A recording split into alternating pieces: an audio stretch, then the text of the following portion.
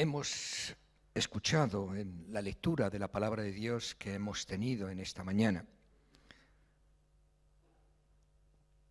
una escena que la mayoría de nosotros recordamos perfectamente: la entrada de Jesús en Jerusalén, 5 días antes de su muerte. En esta entrada hay una palabra llena de contenido que sobresale por encima de todas las cosas.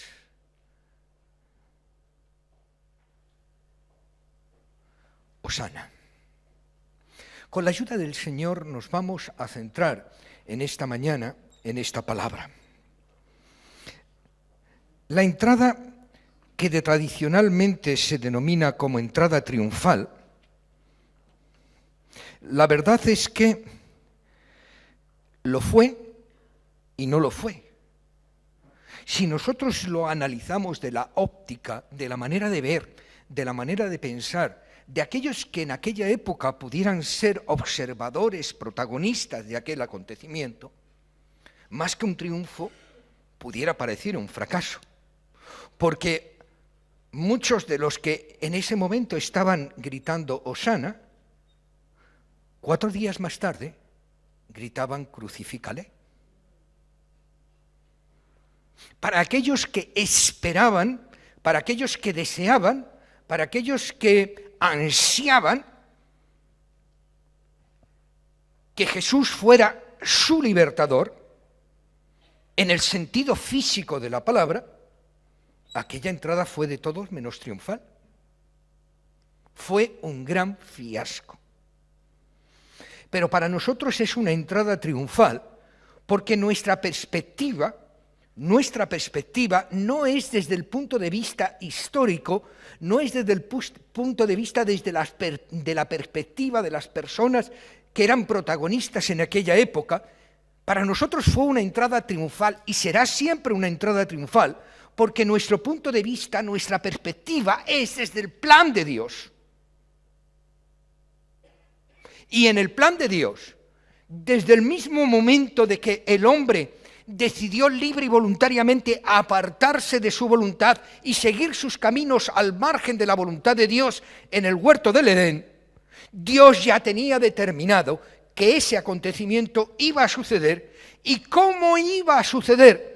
Y a lo largo de los profetas y de los años y de los siglos fue dando los detalles que después se cumplieron íntegra, totalmente, en ese acontecimiento. Desde esa perspectiva fue una auténtica entrada triunfal.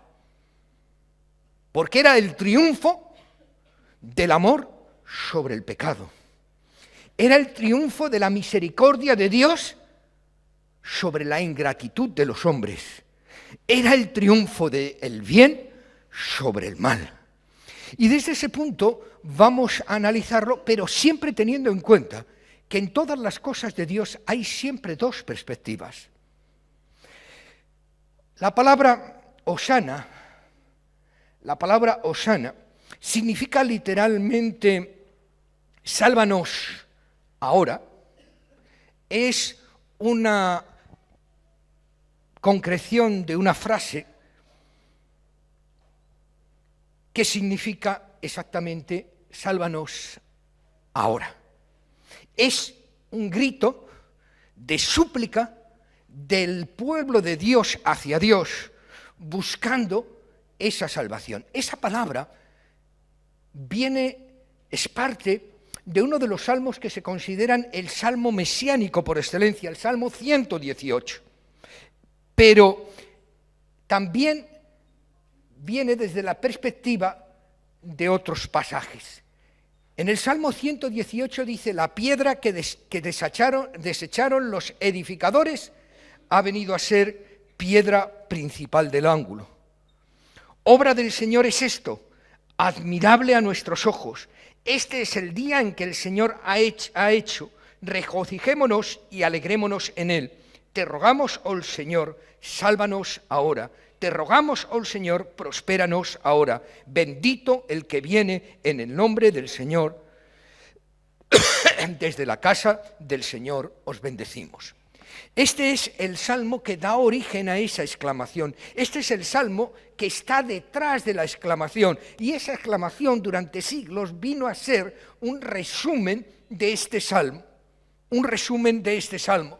Cuando el pueblo de Israel, en la fiesta de los tabernáculos, la fiesta que durante 7 días abandonaban su casa y vivían en casas hechas con ramas para recordar la provisión y el amor de Dios durante el tiempo que estuvieron en el desierto después de la salida de Egipto, el pueblo cada mañana entonaba estas palabras. Y el último día de esa fiesta de los tabernáculos lo entonaba 7 veces, en el contexto del recordatorio de la provisión de Dios durante los 40 días en el desierto. Era una súplica, era un deseo de redención y de salvación que el Señor hacía hacia su pueblo. Pero, como siempre ocurre, se superpone el propósito de Dios con el propósito de los hombres. Y en tiempos de Jesús, esa oración de súplica, ese concepto de búsqueda de la salvación, de la acción, de la intervención de Dios en la historia del pueblo y en la historia individual de cada uno de sus componentes se había diluido completamente. Encontramos que en el año 175 ocurre, antes de Cristo, ocurre en el pueblo de Israel uno de los acontecimientos más traumáticos, más difíciles del pueblo de Israel. A la muerte, Alejandro Magno, el griego, conquista toda Asia Menor, incluso llega hasta la India y la conquista también, pero a su muerte el reino se divide entre sus generales. Y durante años, entre 2 generales, el que gobernaba Siria y el que gobernaba Egipto, están a la lucha. En el 175 era Antíoco Epifanes, que gobernaba en Siria, el que ejercía dominio sobre Israel. Y Antíoco Epifanes tomó la decisión de erradicar la fe de Dios en Israel. Lo consideró como un empeño personal. A ello se dedicó. Echó a los sacerdotes del templo y consagró el templo a Zeus. Y para escarnio del pueblo de Israel, sacrificaba cerdos en el templo. Y todavía deseando humillar más al pueblo de Israel, los atrios del templo los convirtió en un prostíbulo. Ante esa situación, un sacerdote, Matatías, con sus hijos, se rebelan y consiguen salir del dominio de Siria.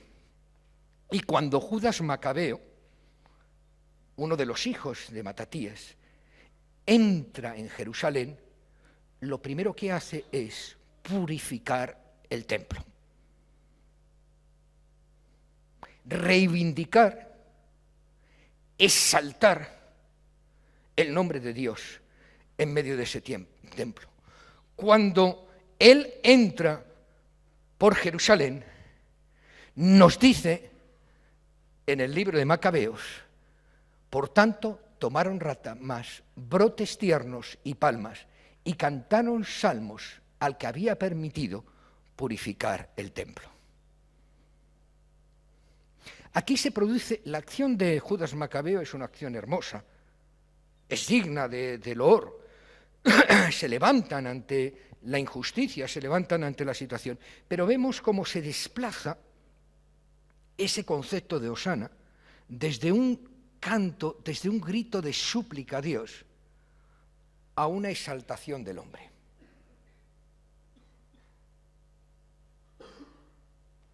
Y en tiempos de Jesús, el concepto de hosana no era tanto el concepto primigenio que aparece en el Salmo 118, sino era el concepto histórico de un grito de alabanza, un grito de glorificación, en este caso a la persona de Jesús. Por eso hemos de entender ese cambio brusco, porque es el cambio que puede suceder en cualquier persona cuando no está afianzado en Dios y simplemente tiene una idea que puede cambiar en tanto en cuanto cambian las circunstancias. Y volvemos a ver aquí, y se manifiesta claramente cuál es el propósito de Dios y cuál es la percepción de los hombres. Porque Jesús, cuando inicia ese proceso, cuando se inicia ese proceso, cuando se inicia todo ese recorrido, él sí tenía en cuenta no la versión de los hombres, que los de aquella época esperaban, deseaban y buscaban un libertador que les liberara del yugo de los romanos, como Judas Macabeo les había liberado del yugo de los griegos. Era lo que buscaban, era lo que deseaban, era lo que ansiaban. En eso fundamentaban sus esperanzas, en eso se afianzaban. Y todos los que iban en la comitiva de Jesús tenían en su mente esa idea. Y cuando digo todos, me refiero a todos, aunque sea una redundancia, porque recordar que en el camino en que va desde Galilea a Jerusalén, en varias ocasiones Jesús advirtió a sus discípulos que iba a ir allí, que iba a ser entregado, que iba a padecer y que finalmente iba a morir. Pero la mente de sus propios discípulos estaba cerrada a esta idea, no querían ver esa realidad. ¿Recordáis lo que dice la última vez que Jesús lo insinúa en la última cena? Dice Pedro, yo no te dejaré nunca. Si hay que morir, a morir contigo.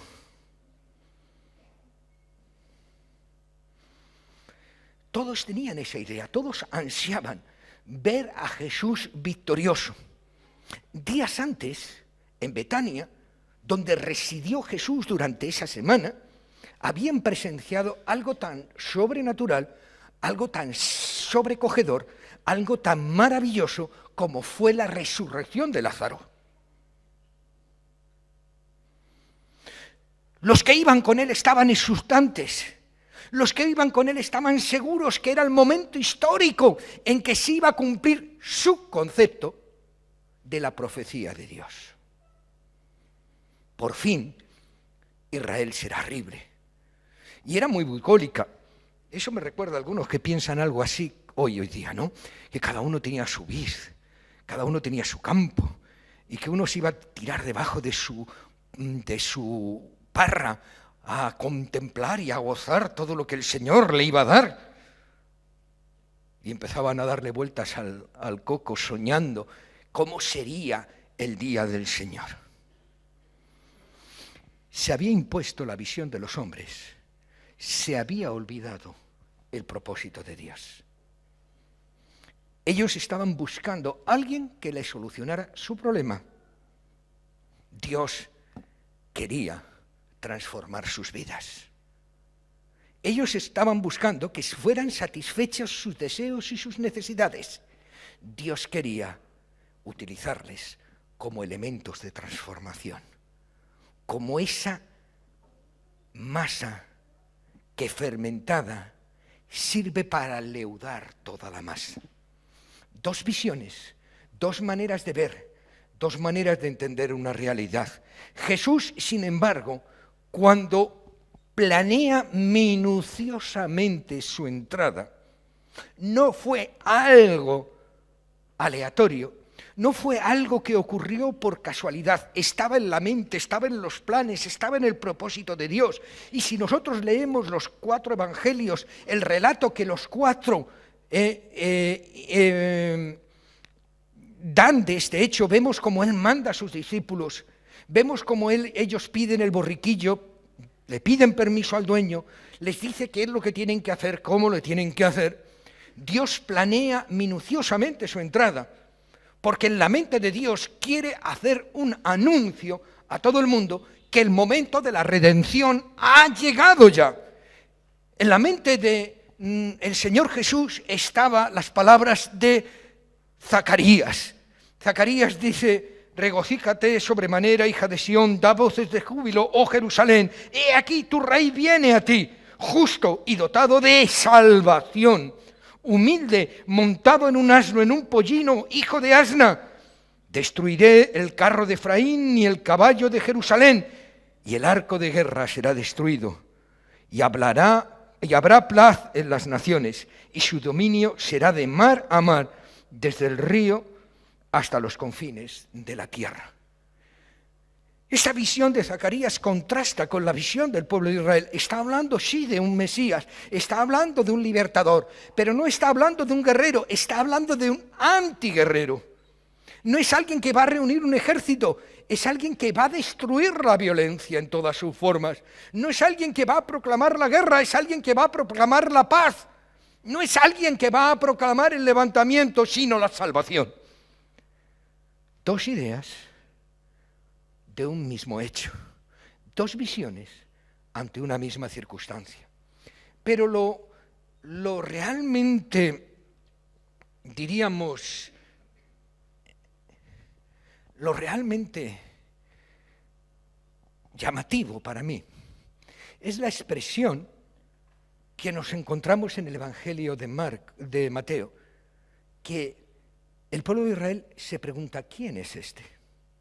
Cuando ve todo aquello, se pregunta: ¿quién es este? Y en esta pregunta yo creo que sigue siendo vigente en el día de hoy. Y creo que el Señor está preguntándonos a nosotros: ¿quién es Cristo para ti hoy? ¿Quién es? ¿Qué significa para ti? Cuando piensas en Cristo, ¿en qué piensas? Hay un gran número de personas, incluso en el cristianismo, que consideran a Cristo como una especie de tabla de salvación. Un gran número de personas, como en los tiempos de Cristo, que van a Él para satisfacer sus necesidades, para buscar solución a sus problemas, para encontrar una salida a unas circunstancias difíciles por las que están viviendo. Personas que ven en Cristo Jesús una especie de recurso al que acudir, especie de tabla de salvación en momentos de dificultad. Cuando la fuerza ahoga, cuando la presión nos llena, nos rebosa la espiritualidad.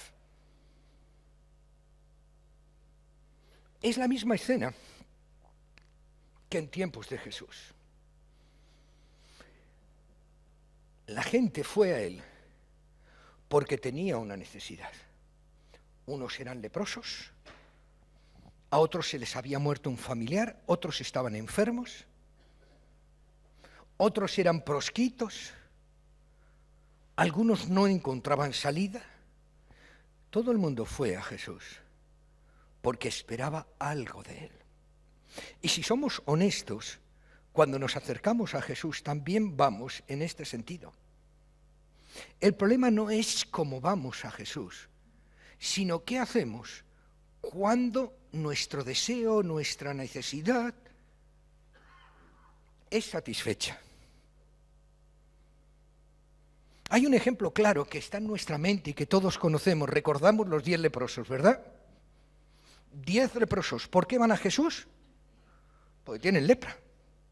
¿Qué quieren de Jesús? Que les quite la lepra. 9, cuando ven sus expectativas cumplidas, se olvidan de Cristo. Hasta la próxima. 1 regresa a Jesús y se pone de rodillas delante de Él. No es ilícito ir a Jesús con una necesidad. No es ilícito esperar y confiar en Jesús para que resuelva mi problema. El propio Jesús nos insta a ir a Él diciendo: venid a mí los cargados y trabajados, yo quiero haceros descansar. El mismo Jesús nos invita a que oremos, a que confiemos en Él, a que nos acerquemos a Dios como Él nos ha enseñado, en la seguridad de que Dios nos va a responder. No es un problema de qué nos lleva a Jesús, porque somos seres humanos, y los seres humanos nos movemos por necesidades y por deseos. El problema es, ¿qué ocurre cuando eso ha sido satisfecho? Si somos honestos con nosotros mismos, nos damos cuenta que muchas veces, después de obtener lo que buscamos, a veces nos olvidamos incluso de dar las gracias.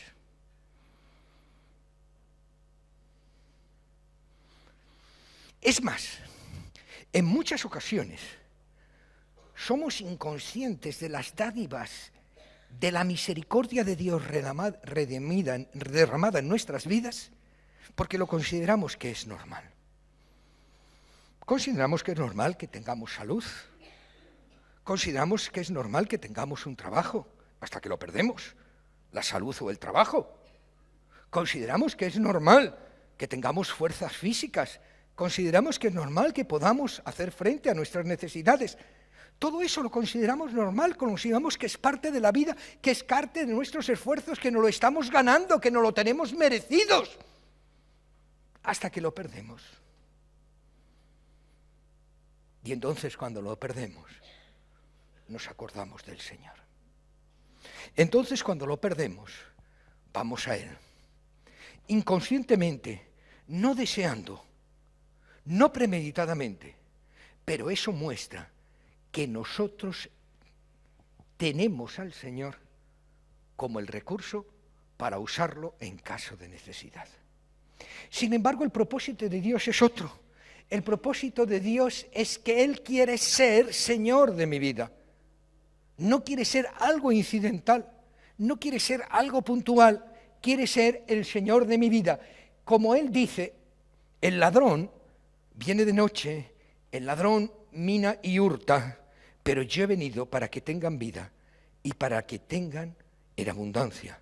Yo soy el buen pastor que da su vida por sus ovejas. Dios no quiere solucionarme el problema. Dios quiere transformar mi vida.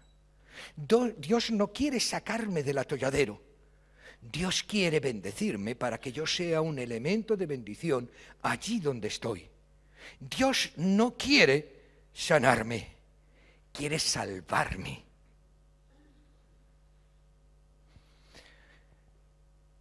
Encontramos en la Biblia, encontramos en la historia, encontramos en nuestra propia experiencia esa dualidad entre nuestra visión y la visión de Dios. A mí me llamó mucho la atención cuando el Tim, este muchacho americano de la iglesia con que nosotros hemos establecido un partnership en Waco, nos invitó a orar durante esa semana. ¿Recordáis el tema de oración? A ver, ¿cuántos lo han hecho? No, que no levantar la mano, no quiero poneros en un compromiso. Yo me lo tomé en serio, porque entendí que daba en el centro de nuestra necesidad. Señor, dame tu visión.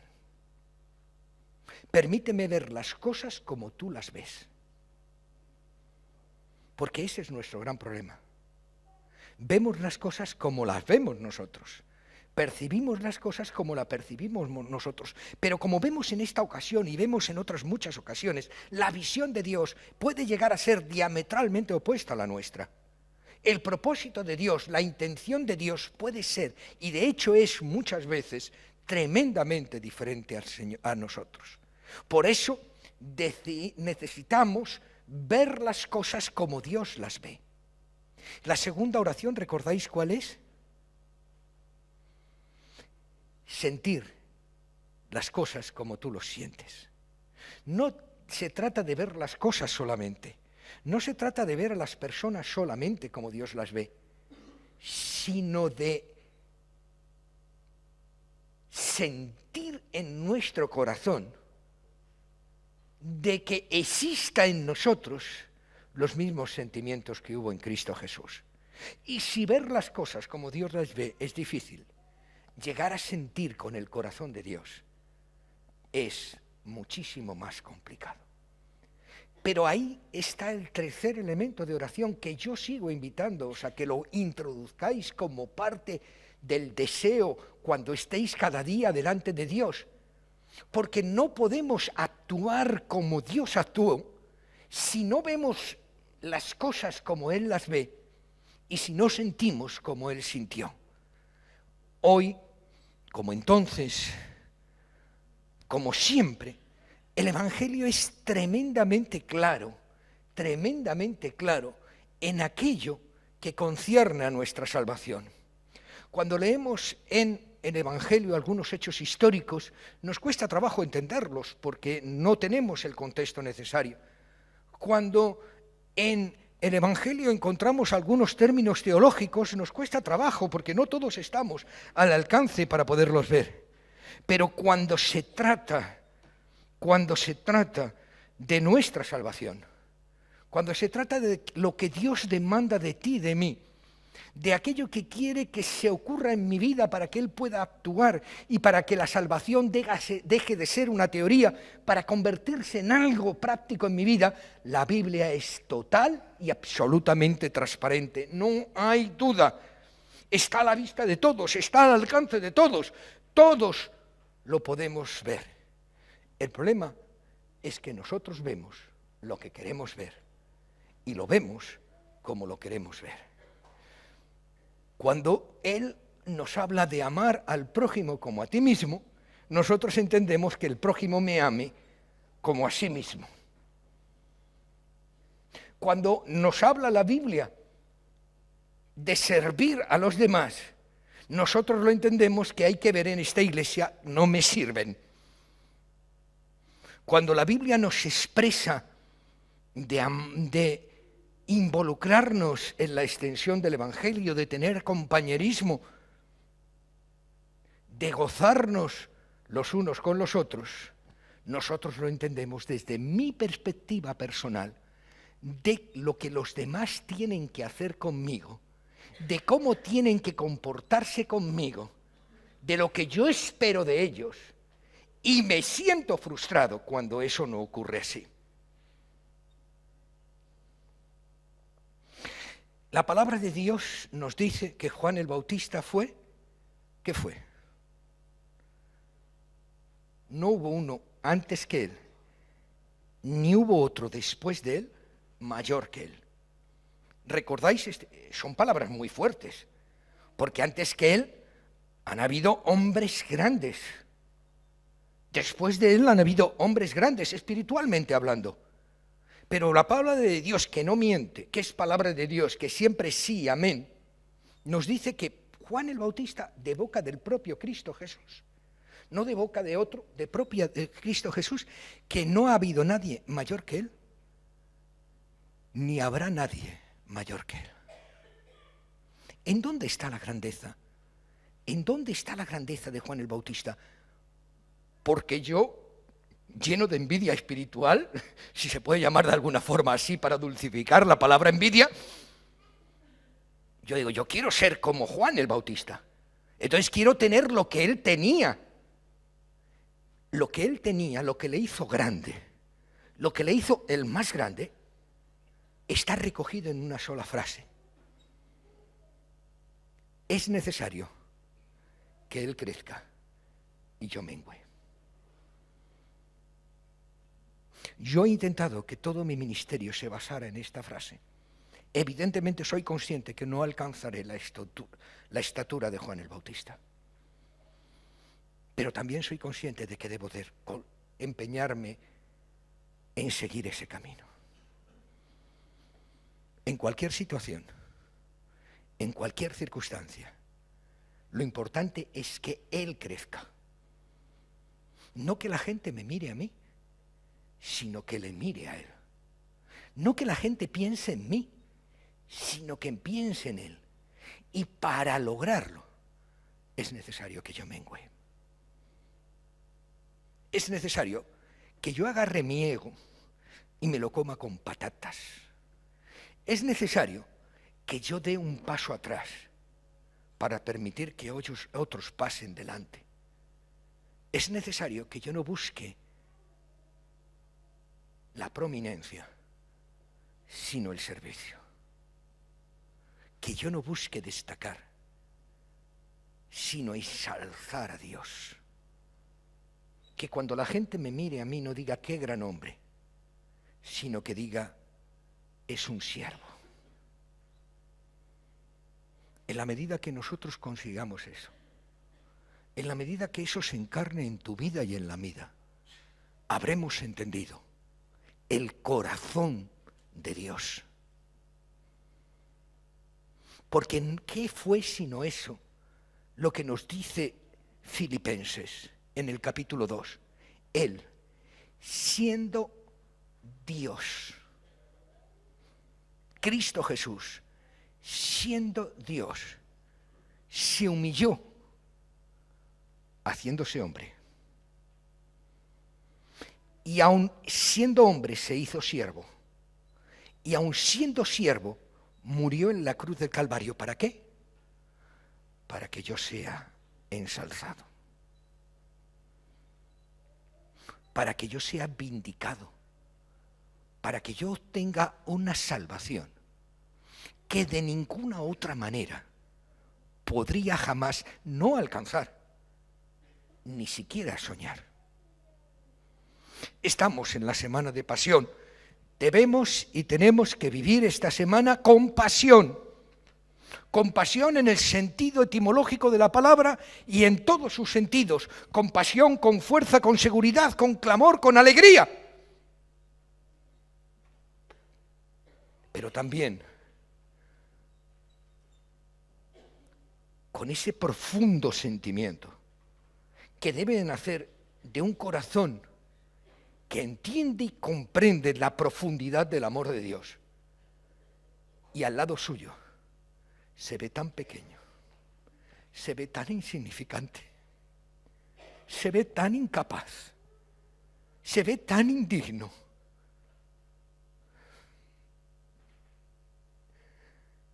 Que solo puede clamar, Hosana,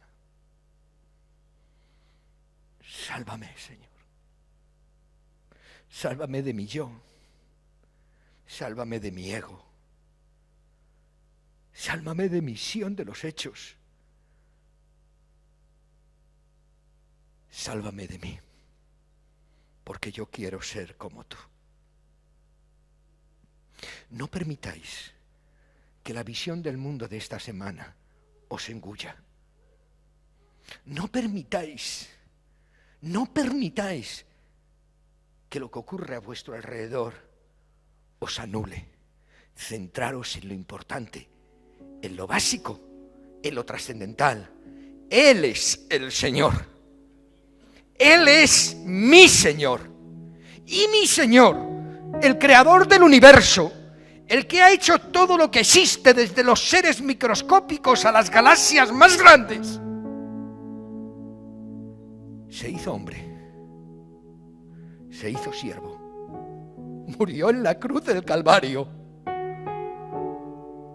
para que yo pudiera estar cerca de Él, para que yo pudiera ser redimido, para que yo pudiera ser salvado.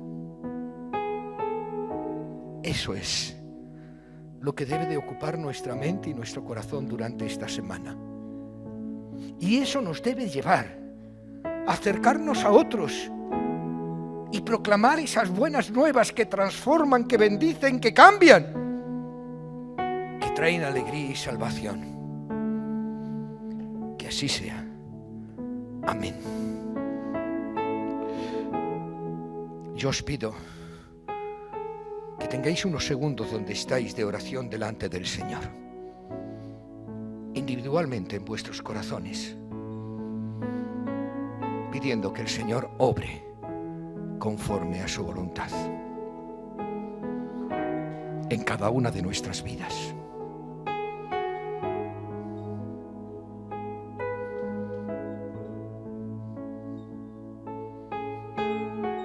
Amén, Señor Jesús. Amén.